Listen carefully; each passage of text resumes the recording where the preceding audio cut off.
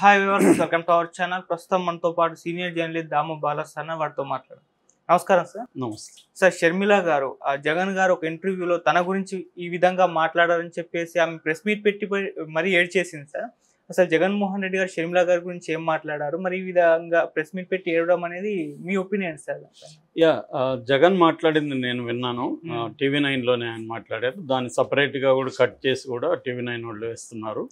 So ఆయన మీ సొంత చెల్లెళ్ళే మిమ్మల్ని ఇట్లా వ్యతిరేకిస్తున్నారు కదా, అసలు ఏం జరిగింది అన్నప్పుడు ఆయన ఏం చెప్పారంటే, రాజకీయ ఆకాంక్షలు ఉన్నాయి ఆమెకు. నేను ఒక కుటుంబంలో నుంచి సేమ్ జనరేషన్లో ఇట్లాగా మల్టిపుల్గా ఉంటే రేపొద్దున మీరే అంటారు, నెపోటిజం అంటారు, లేకపోతే అవినీతి అంటారు. సో అందుకని నేను వారించాను. అది ఆమెకి ఇష్టం లేదు, దాంతో ఆమె వెళ్ళిపోయింది బయటికి. సో దాని తర్వాత ఆమె రాజకీయ ఆకాంక్షలు ఉపయోగించుకొని రేవంత్ రెడ్డి, చంద్రబాబు దాన్ని రెచ్చగొట్టి ఆమె నాకు యాంటీగా ఇచ్చేశారు అనేది ఆయన చెప్పింది క్లియర్గా. సో దీనికి ఆమె చాలా ఎక్స్ప్లెనేషన్ ఇచ్చింది ప్రెస్ మీట్ పెట్టి. ఆమె ఏం చెప్తుందంటే, అసలు నన్ను రాజకీయాల్లో దించిందే నువ్వు కదా, నువ్వు అరెస్ట్ అయినప్పుడు నన్ను పాదయాత్ర చేయమని, బై బై బాబు ఇది చేయమని చేసావు. నువ్వు అరెస్ట్ అవగానే 19 మంది ఎమ్మెల్యేలు రిజైన్ చేశారు. దాంతో ఉప ఎన్నికలు వచ్చాయి. ఉప ఎన్నికల్లో టైంలో నువ్వు జైల్లో ఉన్నావు కాబట్టి నన్ను రాజకీయాలకి రమ్మనింది నువ్వు. సో నేను అనుకోలేదు, నువ్వు పిలిస్తేనే వచ్చాను అనేది నెంబర్ 1. నెంబర్ 2, నాకు అంత రాజకీయ ఆకాంక్ష ఉంటే నువ్వు జైల్లో ఉన్నప్పుడు నేను పార్టీని నా చేతులకి తీసుకొని ఉండలేనా? సో ఎందుకంటే మొత్తం నా చుట్టూనే ఉన్నారు అందరూ. నేను అనుకుంటే అప్పుడు తీసుకోగలిగిన ఇది ఉంది. నాకు ఆ ఇది లేదు కాబట్టి నేను సైలెంట్గా నువ్వు చెప్పినట్టు చేశాను. నీ గెలుపుకి, నీ పార్టీకి నేను పిల్లల్ని కూడా వదిలేసి ఎండల్లో వానల్లో తిరిగాను. ఇక్కడ తిరిగాను, తెలంగాణలో కూడా తిరిగాను అప్పుడు. సో నాకు కాలు ఇబ్బంది అయినా కూడా మళ్ళీ ఫిజియోథెరపీ చేసుకుని నేను తిరిగాను. పిల్లలకి కూడా నేను నా టైం ఇవ్వలేకపోయాను. అంతంతా కూడా నీ కోసం చేశాను కదా. మరి అప్పుడంతా నాకు ఇది ఉంటే నేను సైలెంట్గా ఎందుకు ఉండేదాన్ని. అట్లాగే వివేకానంద రెడ్డితో సహా చాలామంది నన్ను ఎంపీగా ఉండాలని కోరుకున్నారు. కానీ నేను ఎప్పుడైనా నేను ఎంపీగా నిలబడతానని అడిగానా? సో నా రాజకీయంగా నేనేమన్నా నిన్ను అడిగానా అనేది ఆమె మాట్లాడింది. సో ఆ క్రమంలో ఆమె బైబిల్ మీద ఇద్దరికి నమ్మకం ఉంది కాబట్టి బైబిల్ మీద ప్రతిజ్ఞ చేసి చెబుదురా నువ్వు అని చెప్పి కూడా ఆమె ఛాలెంజ్ చేసింది. నెక్స్ట్ అందుకనే ఆ ఛాలెంజ్ చేస్తున్నప్పుడు నన్ను ఇట్లాంటి మాట్లాడుతున్నాడని ఇంకా ఆమె ఆస్తి విషయం కూడా ఎత్తింది. నిజానికి జగన్ ఆస్తి విషయం ఎత్తలేదు, కానీ ఈమె ఆస్తి విషయం కూడా మాట్లాడింది. ఆస్తిలో నేను ఎప్పుడన్నా వాటా అడిగానా, లేకపోతే నాకు ఫేవర్ చేయమని, ఎకనామిక్గా బెనిఫిట్ చేయమని నేను ఎప్పుడన్నా అడిగానా అనేది కూడా ఆమె అడిగింది. మేబీ చాలామంది బయట ఆమెను విమర్శిస్తున్నారు. ఈమె వీళ్ళ హస్బెండ్ కోసం వ్యాపారంలో హెల్ప్ చేయమని జగన్ అడిగితే జగన్ చేయలేదు, అందుకని అడ్డం తిరిగిందన్న నెరేటివ్ కూడా బయట వచ్చింది. ఇది ఆమె బేసిక్గా ఈ సందర్భంలో ఆమె కన్నీళ్ళు పెట్టుకునింది కూడా వాస్తవమే. అయితే ఇక్కడ నిజానికి వాళ్ళిద్దరు ఇది ఒక కుటుంబ రాజకీయాలు మిక్స్ అయిన డ్రామా. ఇది మామూలుగా ప్రతి కుటుంబంలో ఉంటుంది. ఇది రాజకీయ కుటుంబంలో జనరల్గా ప్రతి రాజకీయ కుటుంబంలో ఉంది. ఇప్పుడు మనం రీసెంట్గా చెప్పుకోవాలంటే దేవేగౌడ కుటుంబం, దేవేగౌడలో కుమారస్వామి, రేవన్న, వాళ్ళిద్దరి మధ్య ప్రాబ్లం ఉంది. చివరికి రేవన్న ఒక సెక్స్ హ్యాండిల్లో ఇరుక్కున్నాడు. రేవన్న కొడుకు ప్రజ్వల్, వాళ్ళిద్దరిని ఇరికించింది కుమారస్వామి అని చెప్తున్నారు అక్కడ కర్ణాటకలో. ఎందుకంటే వాళ్ళిద్దరిని ఈ స్కామ్లో ఇరికిచ్చేస్తే వాళ్ళ కెరీర్, పొలిటికల్ కెరీర్ పక్కకి వెళ్ళిపోతుంది, మనం రైజ్ అవ్వచ్చు అని కుమారస్వామి చేస్తున్నాడని. అన్ని చోట్ల ఉంది. మనకు తమిళనాడులో పక్క రాష్ట్రం, అక్కడ అలగిరి, స్టాలిన్, వాళ్ళిద్దరి మధ్య గొడవలు ఉన్నాయి.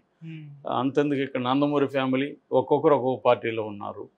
సో కాబట్టి క్లియర్గా ప్రతి పొలిటికల్ ఫ్యామిలీలో ఈ గొడవలు అనేవి కామనే. సో ఈ గొడవల్లో ఎవరు జగన్ చెప్పే వెర్షన్ ఏంటంటే, ఒక ఫ్యామిలీలో 2-3 ఉంటే ఇబ్బంది అనేది. దానికి కొంతమంది ఏం అడుగుతున్నారంటే, వివేకానంద రెడ్డి లేడా మీ ఫ్యామిలీలో నుంచి, తర్వాత అవినాష్ లేడా, తర్వాత సుబ్బారెడ్డి లేడా, ఇవన్నీ అడుగుతున్నారు. అది కొంతవరకు వాస్తవమే. కాకపోతే అది ఎక్స్టెండెడ్ ఫ్యామిలీ. ఇప్పుడు అట్లా అనుకుంటే నందమూరి ఫ్యామిలీలో కూడా ఉన్నారుగా. పురంధేశ్వరి ఉంది, తర్వాత ఇంతకుముందు హరికృష్ణ ఉన్నాడు, ఎన్టీ రామారావు తర్వాత చంద్రబాబు అల్లుడు వచ్చాడు, ఇప్పుడు చంద్రబాబు కొడుకున్నాడు. సో ఇట్లాగా వాళ్ళ ఫ్యామిలీలో కూడా అందరూ రాజకీయాల్లోనే ఉన్నారు. కాబట్టి జగన్ అదే కారణం అనేది కూడా మనం నమ్మలేం. ఎందుకంటే షర్మిల వస్తే రాజకీయాల్లోకి బయట విమర్శలు వస్తాయనేది కారణం కాకపోవచ్చు జగన్ చెప్పిన దాంట్లో. ఇంకొక కారణం ఉండొచ్చు. అదేంటంటే 2 పవర్ సెంటర్లు ఏర్పడతాయి. ఈమె కూడా బయటకు వెళ్తే ఈమె పవర్ సెంటర్ ఏర్పడుతుంది. ఇది జగన్కి తలనొప్పి కావచ్చు. అందుకని తన కంట్రోల్లో ఉండే వాళ్ళు అయితే పర్లేదు, ఫ్యామిలీ అయినా కూడా జగన్కి. అంటే ఇప్పుడు ఫర్ ఎగ్జాంపుల్ బాలకృష్ణ నేను సీఎం అవుతానంటే చంద్రబాబు అవనిస్తాడా? అవనివ్వడు కదా. అందుకని చంద్రబాబు ప్లాన్ చేసి వాళ్ళ కూతుర్ని కొడుకు పెళ్లి చేసుకున్నాడు అన్న వాదన బలంగా ఉంది. అసలు చంద్రబాబు ఎన్టీఆర్ కూతురికి పెళ్లి చేసుకునే విధంగా ప్లాన్ చేశాడనేది కూడా చాలామంది చెప్తారు.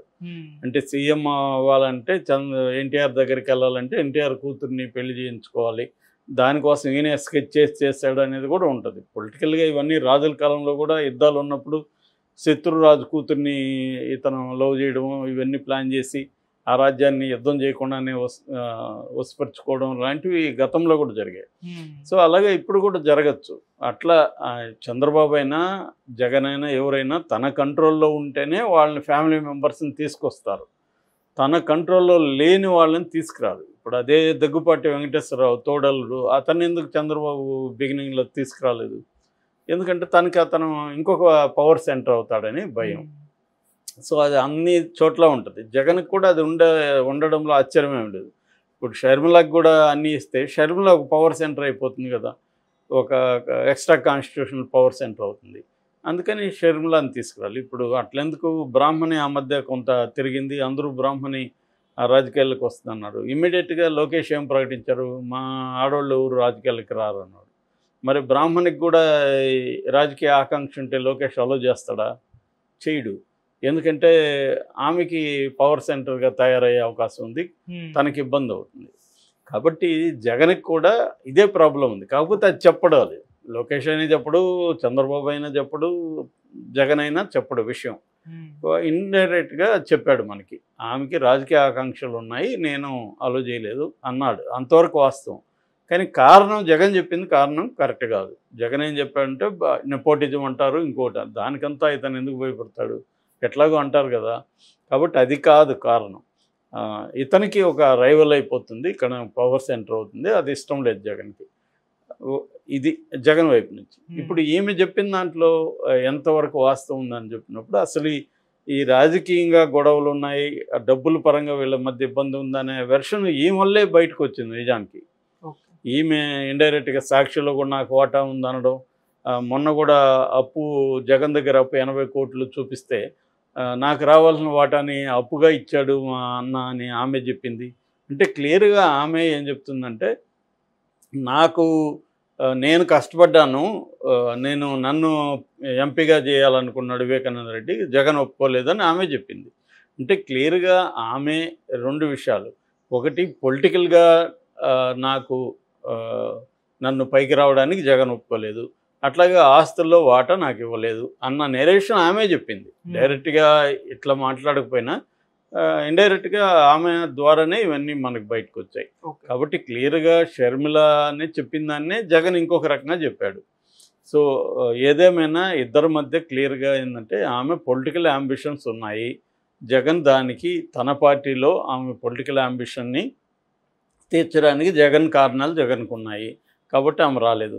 అందుకనే కదా ఆమె తెలంగాణ ఎందుకు వెళ్ళింది మరి షర్మిల? ఆమె పొలిటికల్ అంబిషన్ లేకపోతే పార్టీ ఎందుకు పెట్టింది తెలంగాణలో? పొలిటికల్ అంబిషన్ ఉన్నాయిగా ఆమెకి. అది ఎప్పుడు వచ్చింది అనేది పక్కన పెడదాం, ఈయన అరెస్ట్ అయినప్పుడు వచ్చిందా ఎప్పుడు వచ్చిందా అని పక్కన పెడితే ఆమె పొలిటికల్ అంబిషన్స్ ఉన్నాయి, ఉండడంలో తప్పేం లేదు. తప్పు ఉందనే సెన్స్లో నేను మాట్లాడలే. ఎవరికైనా పొలిటికల్ అంబిషన్ జగన్కు ఉన్నప్పుడు ఆమెకి ఎందుకు ఉండకూడదు? కాబట్టి ఉన్నాయి కాబట్టి ఆమె తెలంగాణకు వచ్చింది, లేకపోతే అప్పుడే ఇక్కడ వచ్చి ఉండొచ్చు కదా ఆమె. సో తెలంగాణకు వచ్చినాక తెలంగాణలో ఫెయిల్ అయినాక ఆమె ఇక్కడికి ఎందుకు వచ్చిందనే దగ్గర ఇప్పుడు అందరికి కూడా డౌట్లు. 10 ఏళ్ళుగా నువ్వు ఆంధ్ర రాష్ట్రాన్ని పట్టించుకోకుండా ఇప్పుడు వచ్చి నేను ఆంధ్ర రాష్ట్రం కోసం వచ్చానంటే ఎవరు నమ్ముతారు?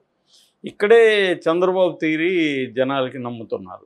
చంద్రబాబు చేసి తెప్పించాడు ఇక్కడికి కాంగ్రెస్ ద్వారా గేమ్ ప్లే చేసి అనేది నమ్ముతున్నారు. అది నిజమా కాదో తెలియదు కానీ జనం అయితే నమ్ముతున్నారు. అది